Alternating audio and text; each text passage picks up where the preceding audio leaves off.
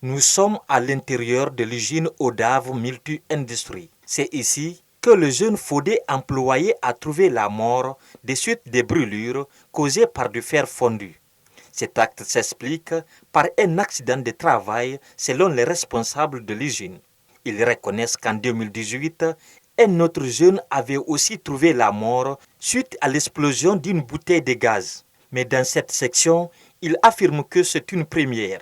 Il est très difficile pour nous de revenir sur ces circonstances parce que franchement, cet accident était atroce. Il faut avoir le cœur pour le dire.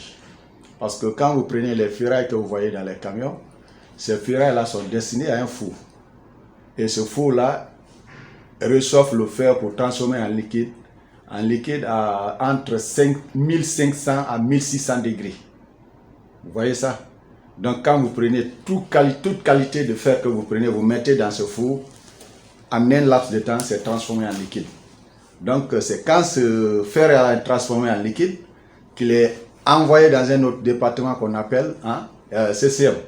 Pour avoir le contrôle de la situation, l'État, à travers le ministère de l'Industrie et de PME, va ordonner la fermeture de cette usine. Une fermeture qui n'est donc pas sans conséquences. Nous avons un emploi direct et indirect de plus de 800 travailleurs. Aujourd'hui, ils sont tous à la maison assis. C'est vrai, du jour au lendemain, ils ne font qu'appeler quand la reprise, c'est quand la reprise.